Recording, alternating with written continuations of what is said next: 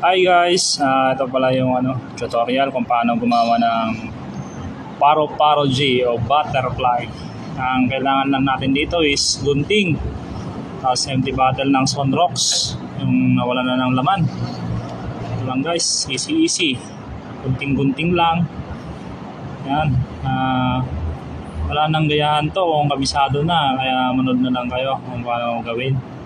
Paki-share na lang din para magka-knowledge ba tayo kung paano gumawa ng paro-paro G, hindi yung paro dance. Ting galaw-galaw lang ng kamay. Yan.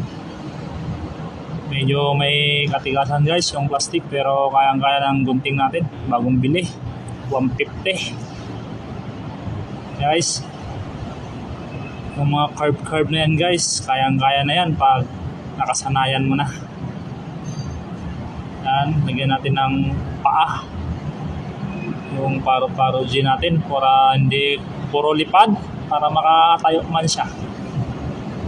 Yan guys, yung malapit nang matapos yung product natin, finished product ng paro-paro G. O yan na guys, paki-share na lang para makita.